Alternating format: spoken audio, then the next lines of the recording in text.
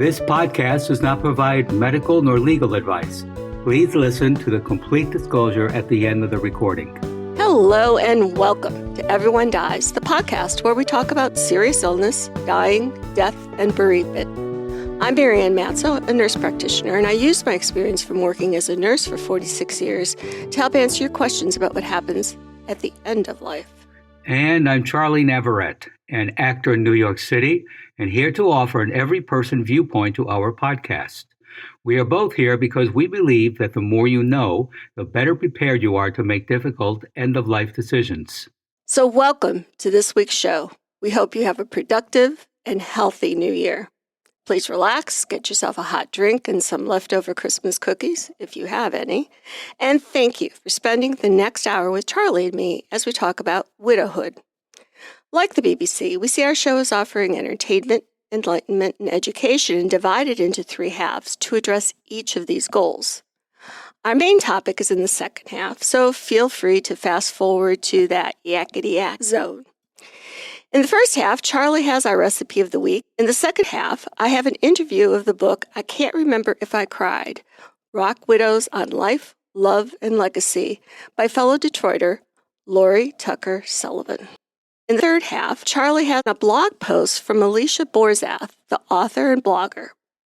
In our first half, speaking of fish food, if you're involved in a sea burial, our recipe this week is for Soppa Tal-armla, otherwise known as widow soup. Legend has it that the recipe for widow soup has been passed down through generations in Maltese families, with each family adding their own unique touch to the dish. The soup earned its name from an old tale of a widow who, in her grief, found consolation in the comforting flavors of this nourishing soup. As she prepared the soup, the aroma filled her home, bringing warmth and healing to her heart. It became a symbol of resilience and strength for widows in the community, and the recipe was shared among them as a way to support and uplift each other during difficult times.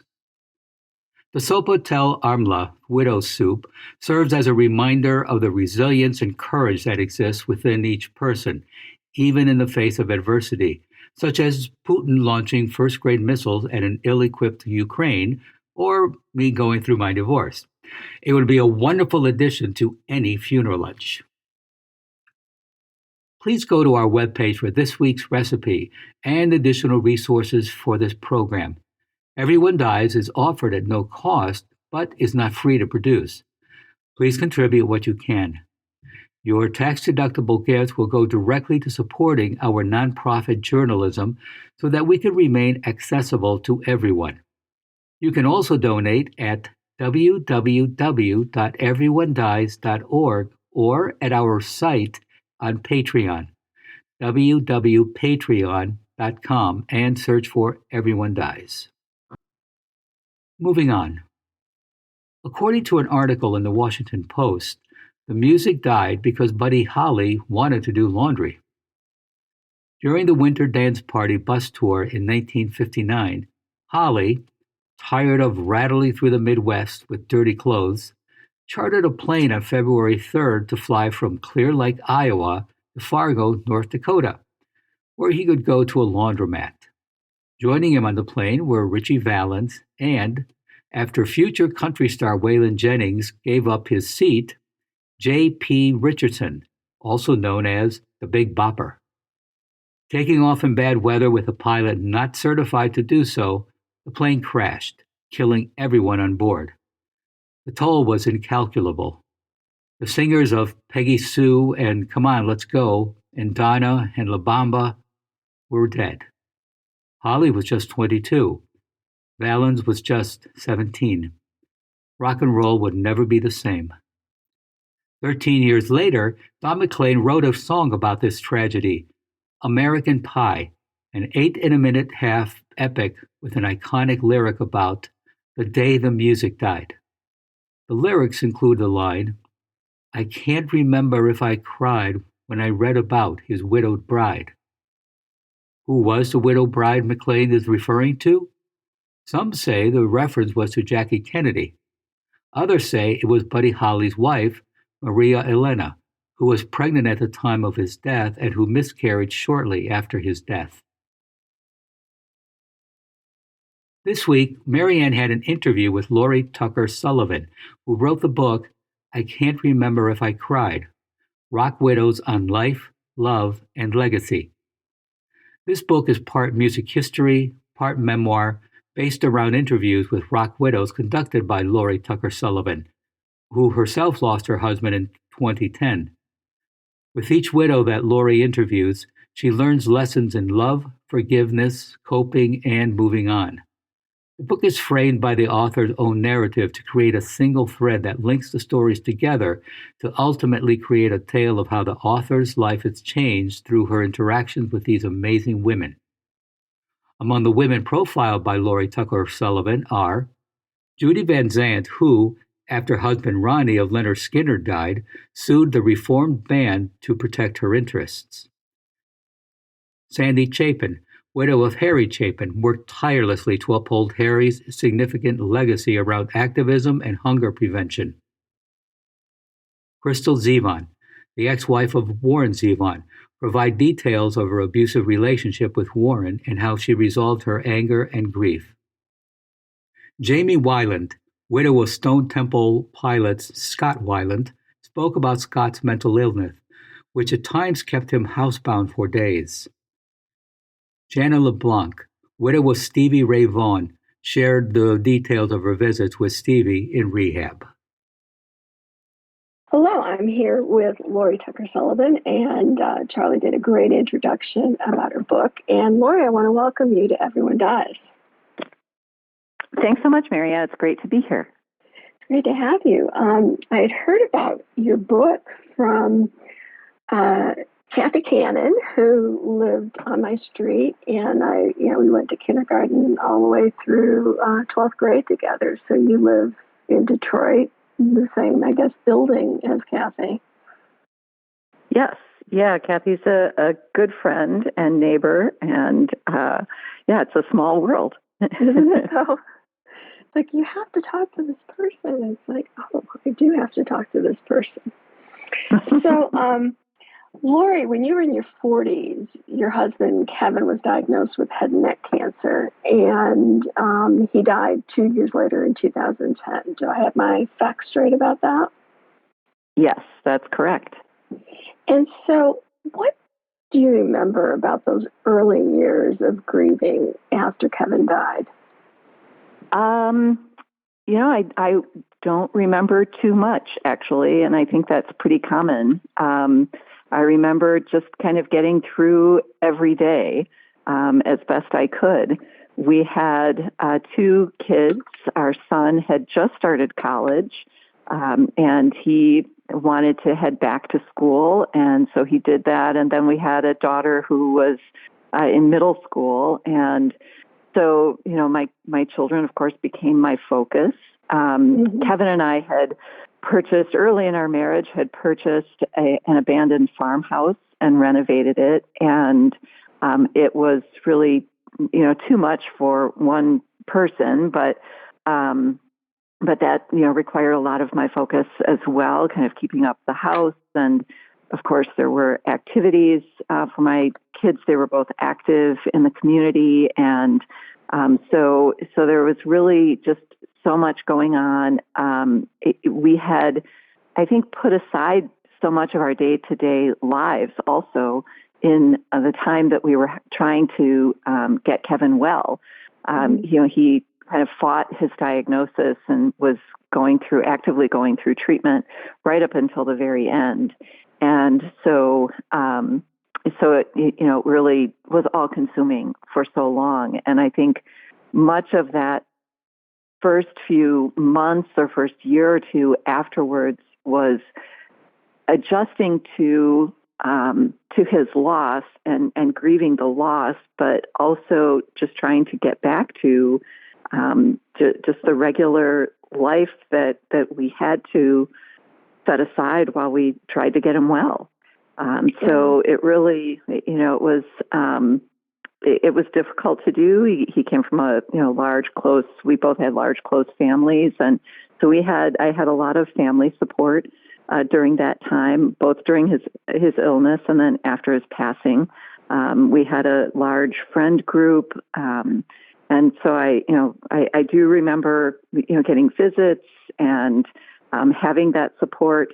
I had been halfway through my MFA in writing, which was kind of a whole process really that our marriage went through. I started out wanting to be a writer and really set that aside for most of my marriage, and we kind of came to a point where we both realized I was not very happy, and so I said, I think I really need to return to writing. I really miss it. And so I had gone back to school, and I had only completed about 2 semesters, about halfway through the program, when he was diagnosed, and then I stopped.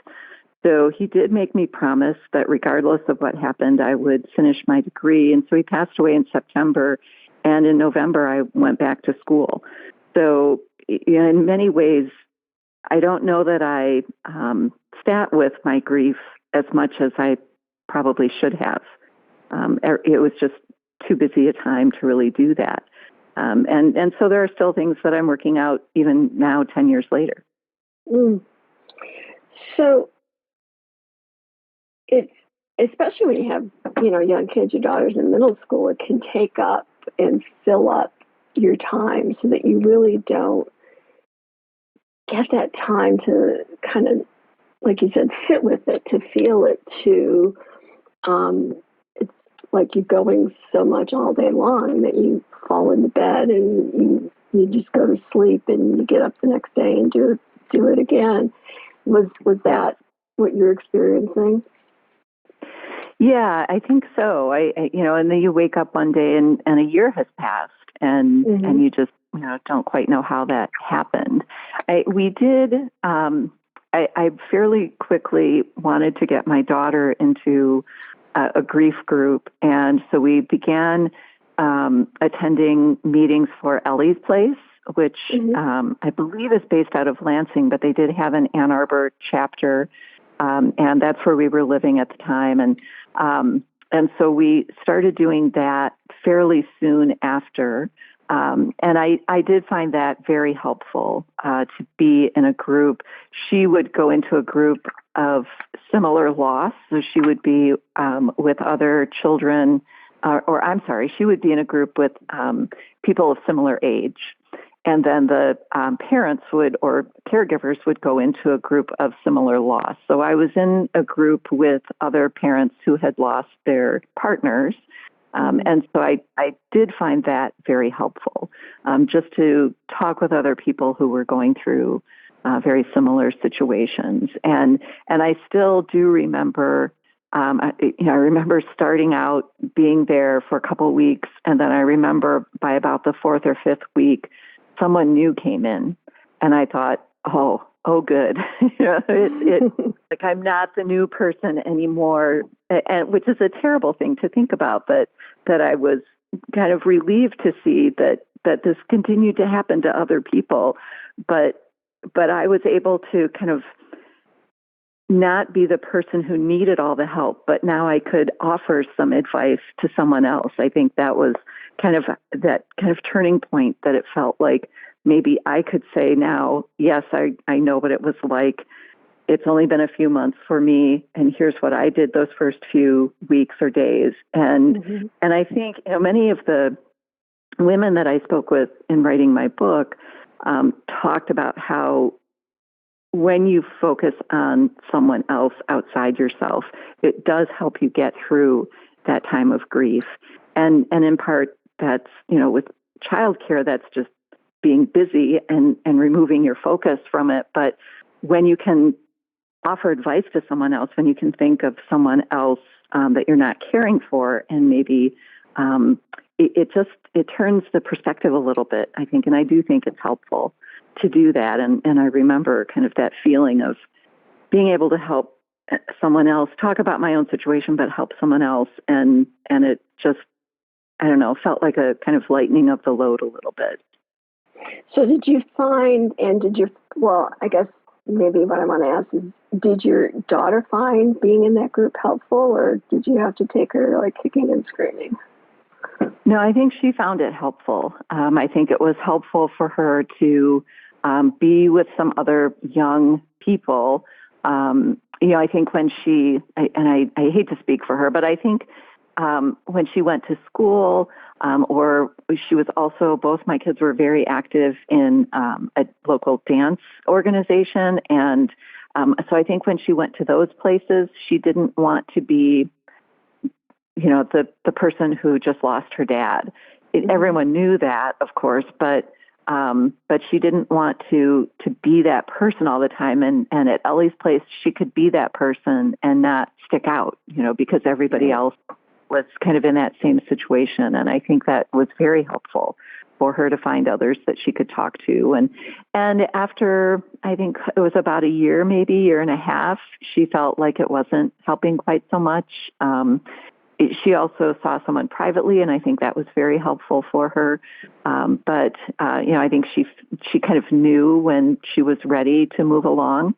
But I think in the beginning, it was very helpful for her to be able to be in a place where it was just the same for everyone and be able to talk about it. Yeah.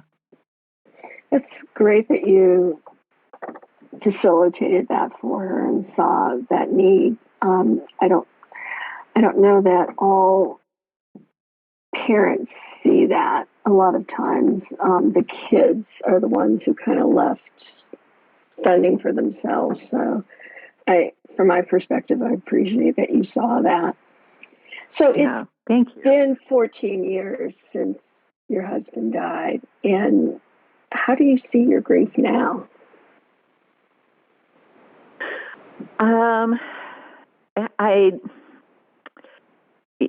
It's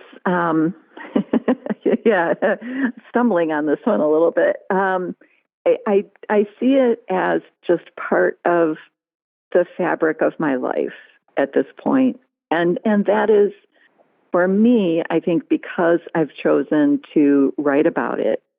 I go back and forth around this project being both life-changing and amazing and something I never dreamt possible, to publish a book and to have had the experiences I had during the interviews, to be in some of the places I've been. All of those things were really great, fabulous, which is, not words you usually use around a grief experience, but it's countered by the fact that they were difficult conversations, and then now, in kind of being out and promoting the book, I'm still in these difficult conversations. And so I don't know that many people 14 years later are still as closely tied to that, their loss, as I am through this path that I chose to take. And it's not a bad thing. I appreciate where I'm at and everything that it's brought me, but it does, it keeps me in grief, and I do have to be kind of cautious about that. I have to be aware of it. I have to, still talk with someone about it. I think that's very helpful. And so, I made the choice to not really move on as fully as I maybe could have, because I need to keep exploring grief through my writing. I hesitate to say that I enjoy it, but that's not really the right word. But it has value to me. I hope it has value to others. I have heard from others who've said, yes, it definitely has. And so, my grief is still there. It's a pretty, again, I go back to this kind of metaphor for it being kind of just the fabric of my life. I'm not a sad person. I don't spend time, being particularly sad about this. I am grateful for the marriage that we had, for the children that we had, for, the whole life that we had together.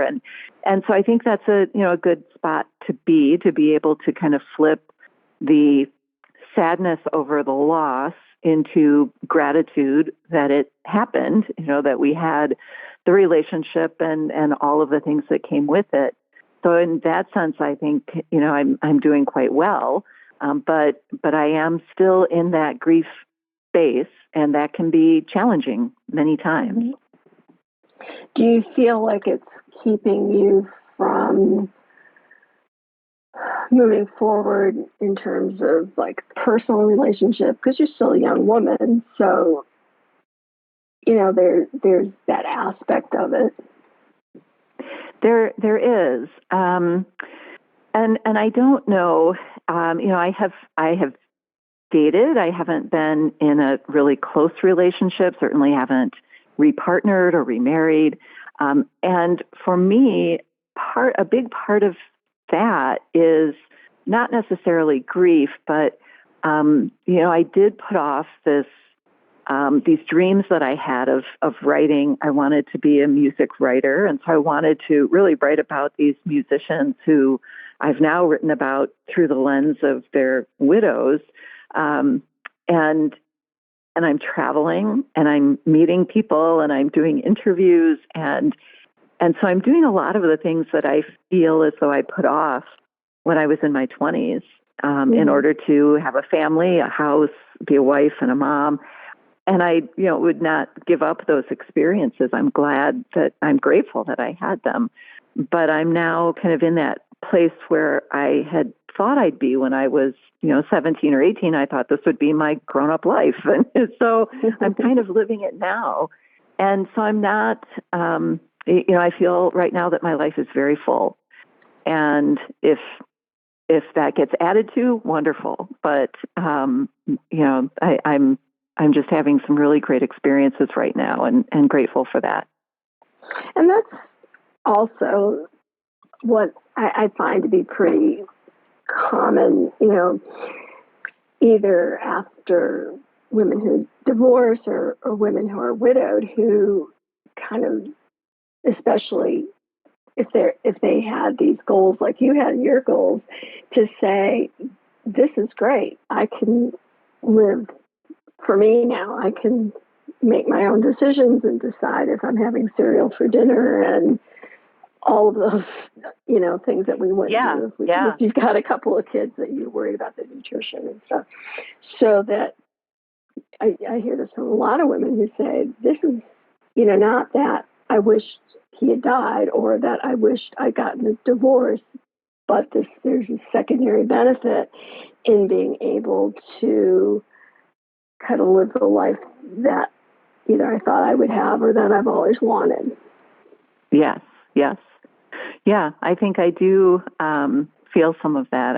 I agree with that. And, again, would I give all of this up for him to be back here? Yeah, but he's not here. And I think he would want me to do what makes me happy.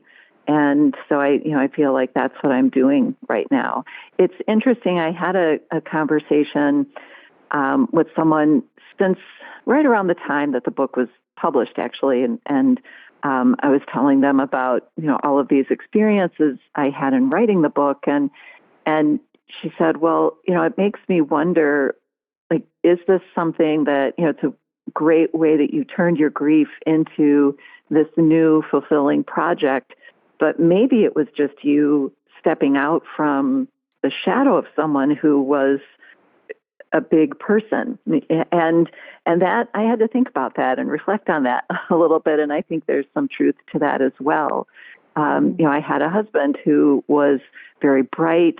He was a great conversationalist. He filled up the room. He had a presence, and I was just the partner, not just the partner, but in many instances, he was out there in front. He just had, he was the more assertive person, I think. And I wasn't a shrinking violet, but, I deferred to him, I think, quite a bit. And so this is me kind of stepping out there on my own and seeing what I can do. And it's, thrilling and wonderful, and yes, there are moments where it's really sad, and all of those things come into where I'm at right now. But I think there is a little grain of truth there, probably for many people, that when you've been a part of a partnership and that's not there anymore, if you do something with it and make something of it, it's in part because maybe you've never been on your own before doing those things, and you've always had it in you. You just didn't have to call on it, or and so it it tests you a little bit and to see how you do. Yeah. And sometimes you can be really surprised by what it is you can do, by what was there all along. Yes. This book and the book tour and being able to do all of the things that you're doing. So part of how you grew through your grief was writing this book. And the widows that you interviewed, that you talked with, all had different experiences with their husband's death and their relationships with their husbands. Like, Harry Chapin had a sudden death in a car accident. Stevie Ray Vaughan had a sudden death in a helicopter crash. Scott Weiland had a history of mental illness and died from an overdose. Did you see or feel in your interviews that those different types of deaths had maybe a different kind of effect on the women?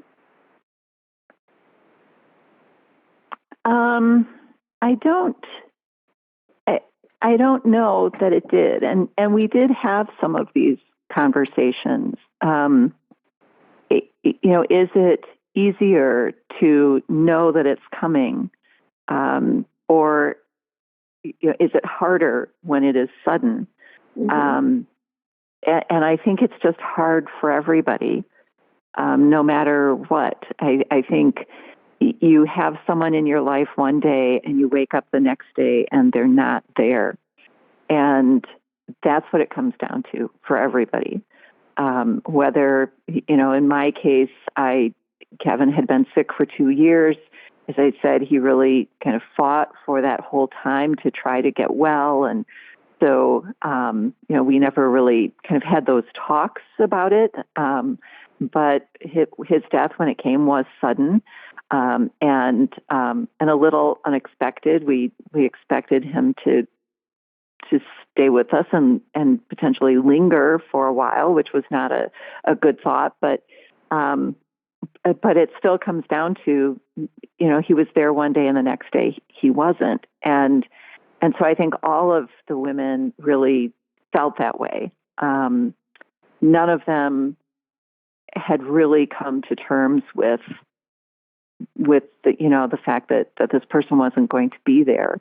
Even with Jamie Weiland and with Scott, it's very difficult for her to consider it just a drug overdose because he had heart issues as well. And so, legacy is something that's very important to them. And how they died, they don't want that to define these men. So I think that's part of it too. It's that's not the end. They don't want that to be the end for this person. And so it's almost not what they most want to talk about, of course, how it happened. But I think to really almost all of them, it really did come down to being a kind of shocking moment, unexpected, even when it was illness. It was still, you still have that moment of shock and disbelief, or days of shock and disbelief that this person is gone. Did you, for the women who, had been through abuse with their husbands, was there any differences that you saw in from that point of view?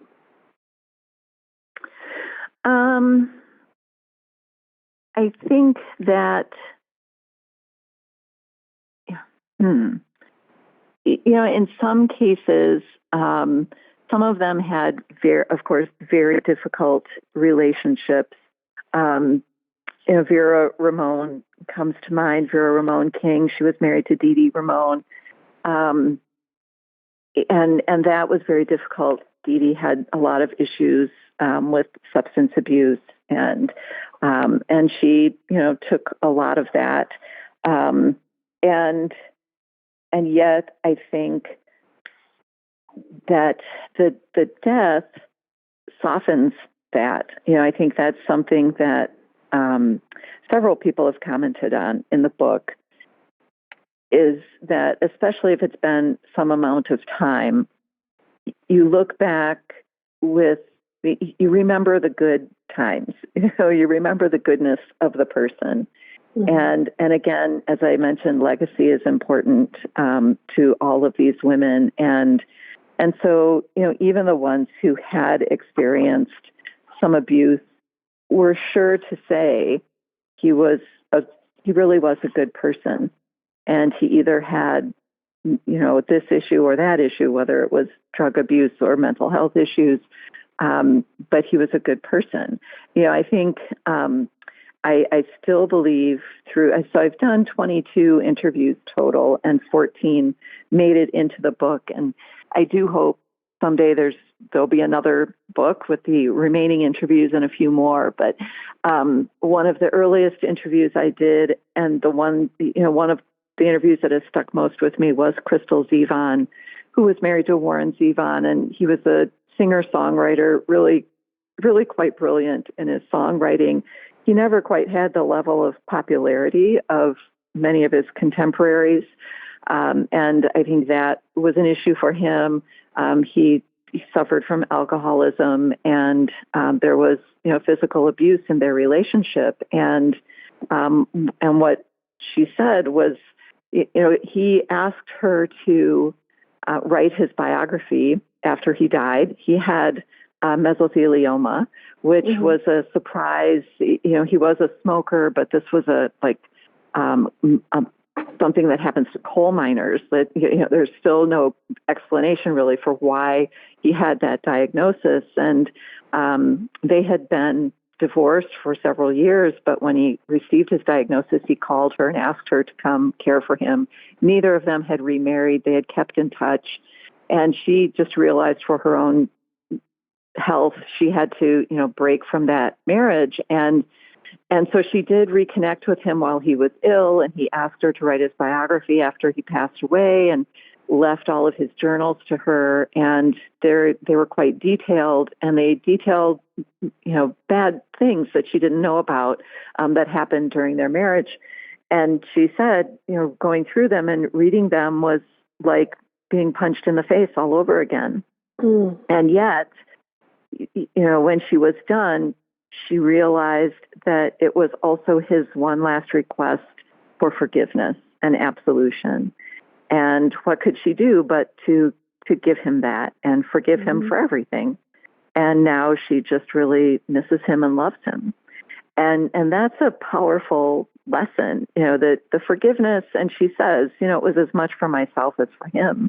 It doesn't matter to him if I forgive him or not at this point, but it gives me peace, and it helps me to move on to just forgive him and love him. And mm-hmm.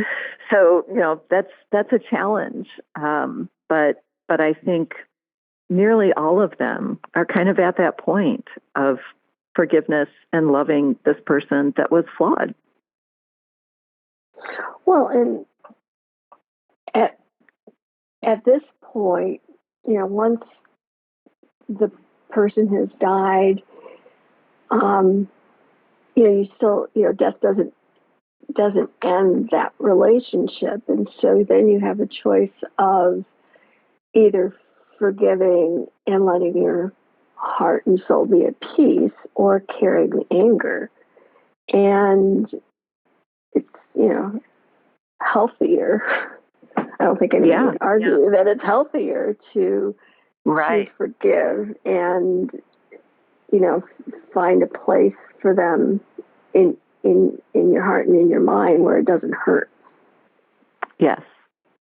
Yeah, I agree. And I think it was just really a powerful message from her. And she has certainly moved on in her life and has done some, really wonderful things and has a good life.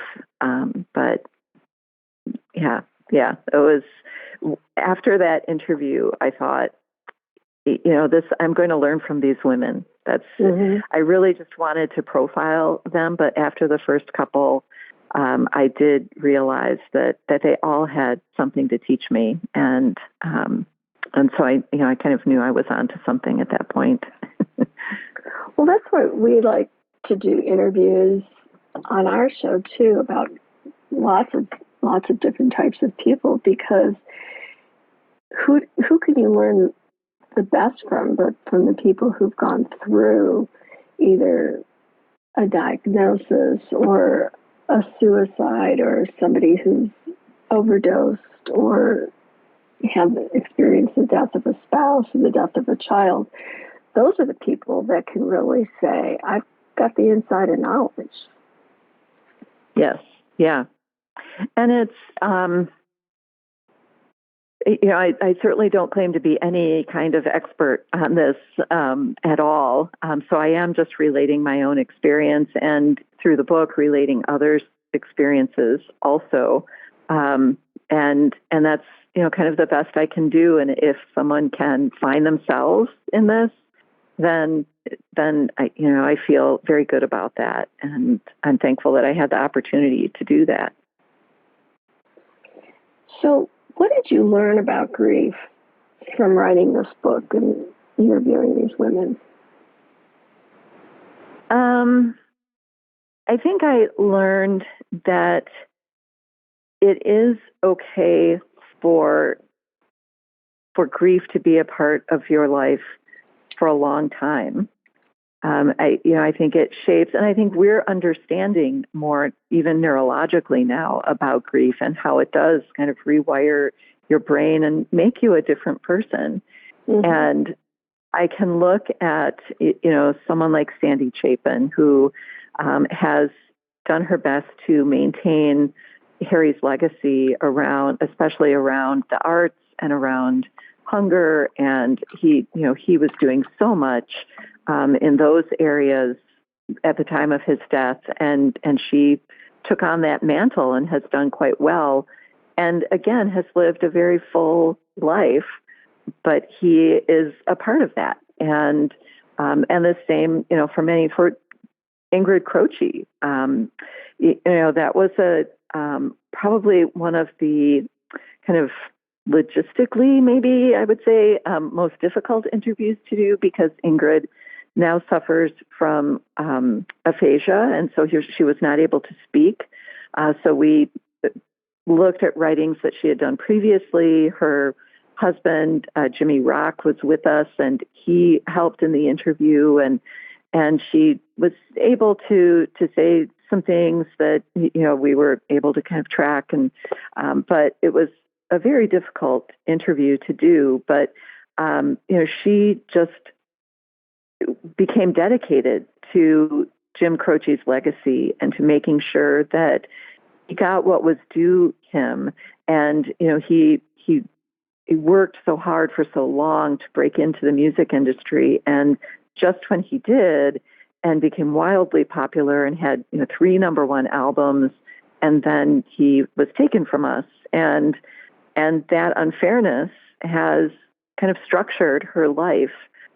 Going forward, she is going to make sure that as long as she's around, people are going to know about Jim's music. And so I learned from them that the relationship, the person that is gone, the relationship that's over, can still inform your life and be a part of your life. But you can also have a very full life as well. I learned about forgiveness from Crystal. I learned about really being strong in the face of things from nearly all of them. Gloria Jones, very difficult loss for her. And her, she was the partner of Mark Bolan from T-Rex. They had a child. It was an auto accident, and it really kind of ruined her career. But she created this beautiful, full life with a school in Sierra Leone, West Africa, that teaches children how to play instruments, do music production, video production. And so who would have ever thought, that that's where her life would have led her. But she did that for herself and kind of, in memory of, in honor of Mark. And so I think, the biggest lesson for me was that you do bring this person forward with you, and it does become just part of who you are. And it doesn't prevent you, if you don't want it to, it does not prevent you from having a rich, full life. But you'll never be that person, that you were before it happened.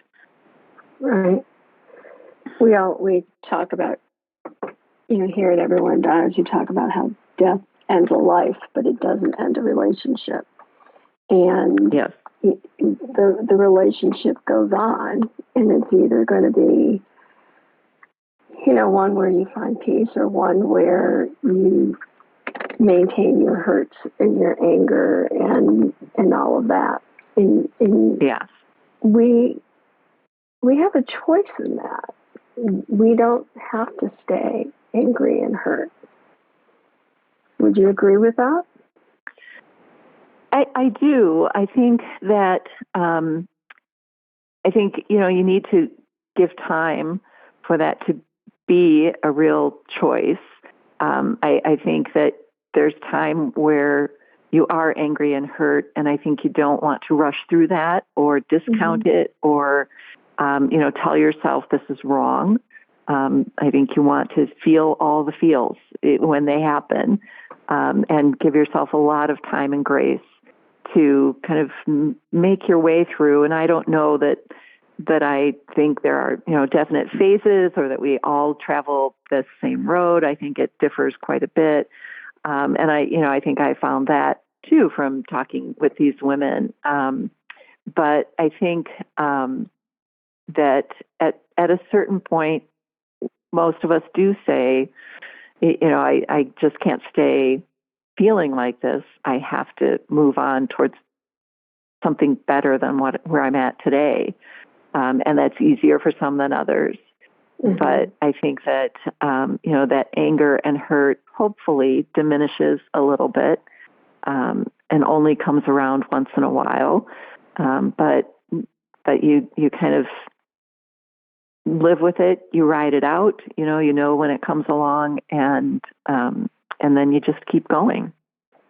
And there's a lot to be said for the professional help to help you also. Absolutely. Yes. Because I don't know that that's something that it's a lot of hard work, and it's not something that most people can do alone.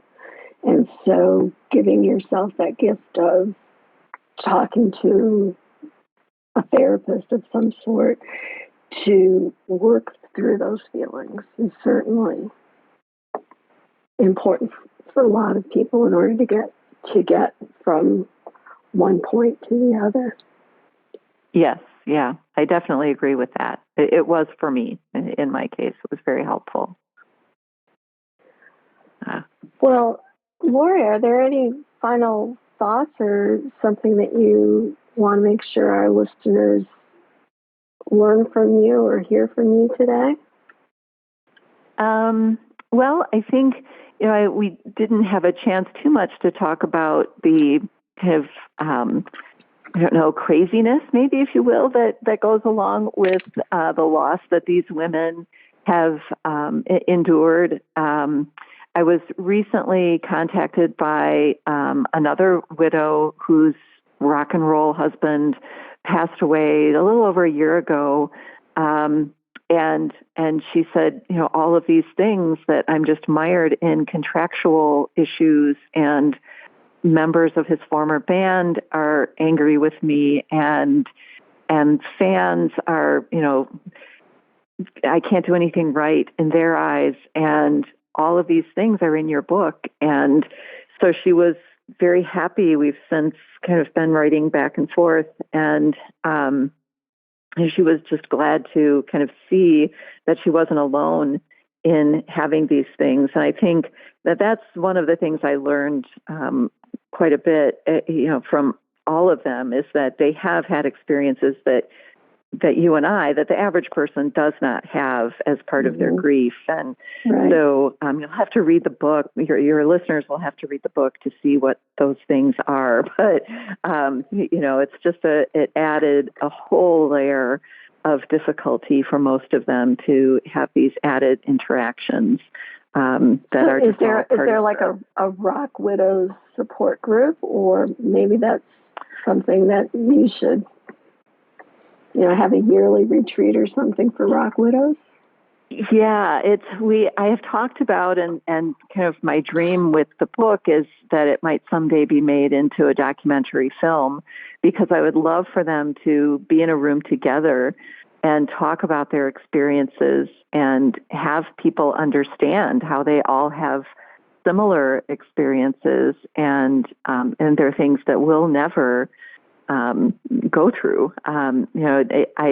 In talking with Nancy Jones, she has said that it's happened more than once that she's gone to the cemetery to be with George, and he has a very large monument at the cemetery. You can't miss it. It's there, and they do things like that in part to give fans a place to be and to go, and so there's this kind of line that they're always having to be mindful of, that fans are important. They appreciate them very much, but fans also overstep. And she has gone to the cemetery and found that other people have spread ashes on George's grave. And that is, that it just seems like such a violation to me, but it is perfectly logical, I guess, to a big fan. And other widows that I had interviewed said, oh yeah, that's happened. It's something that, would never cross my mind, that of course is never going to happen with me unless there's some family member that, wants to do this, in which case they would ask my permission. But to have these kinds of lines being crossed, that's something that they've all experienced, and I would really love to get them all together in a room and have them talk about these experiences so that people can better understand. And I hope the book is a start for that too, to better understand what in today's world of fandom, I think it's important for us to understand that there are humans there that are impacted by our actions that we think we're doing out of, love for this person who maybe got us through a difficult breakup with their music. But there's a human on the other side of that. So, yeah. Well, I really appreciate you talking with me, and in our show notes, we'll have a link to purchasing your book, which is, I can't remember if I cried, Rock Widows of Life, Love, and Legacy. And I'm really growing on this idea of a Rock Widows retreat, in some nice resort or somebody's nice house, I'm thinking that might be very useful for people. Yes, maybe I will pursue that. Yeah. Well, thank you so much, Lori, and it's great to have a fellow Detroiter on the show, and I appreciate you taking the time to talk with us. Oh, thanks, Marianne. Thanks so much for having me. I appreciate it. Thank you. From the blog, Hope Grows in the Wilderness by Alisha Bozarth, widowhood is more than missing your spouse's presence. It is adjusting to an alternate life. It is growing around a permanent amputation. Widowhood is going to bed for the 1000th time, and still the loneliness doesn't feel normal. The empty bed, a constant reminder. The night no longer brings intimacy and comfort, but the loudness of silence and the void of connection. Widowhood is walking around the same house you have lived in for years and it no longer feeling like home. because home incorporated a person, and they're not here. Homesickness fills your heart, and the knowledge that it will never return haunts you. Widowhood is seeing all your dreams and plans you shared as a couple crumble around you. The painful process of searching for new dreams that include only you amount to climbing Mount Everest. And every small victory of creating new dreams for yourself includes a new shade of grief that their death propelled you to this path. Widowhood is second-guessing everything you thought you knew about yourself. Your life had molded together with another's, and without them, you have to relearn all your likes, hobbies, fears, goals. The renaissance of a new person makes you proud and heartbroken simultaneously. Widowhood is being a stranger in your own life. The unnerving feeling of watching yourself from outside your body, going through the motions of what was your life, but being detached from it all. You don't recognize yourself. Your previous life feels but a vapor long gone, like a mist of a dream. You begin to wonder if it ever happened at all. Widowhood is the irony of knowing if that one person was here to be your support, you would have the strength to grieve that one person. The thought twists and confuses you. If only they were here to hold you and talk to you, you'd have the tenacity to tackle this unwanted life, to tackle the arduous task of moving on without them. Widowhood is missing the one person who could truly understand what is in your heart to share. The funny joke, the embarrassing incident, the fear compelling you or the frustration tempting you. To anyone else, you would have to explain, and that is too much effort, so you keep to yourself. And the loneliness grows inside you. Widowhood is struggling with identity. Who are you if not their spouse? What do you want to do if not the things you planned together? What brand do you want to buy if not the one you two shared for all those years? What is your purpose if the job of investing into your marriage is taken away? Who is my closest companion when my other half isn't here? Widowhood is feeling restless because you lost your home, identity, partner, lover, friend, playmate, travel companion, co-parent, security, and life. And you are drifting with an unknown destination. Widowhood is living in a constant state of missing the most intimate relationship.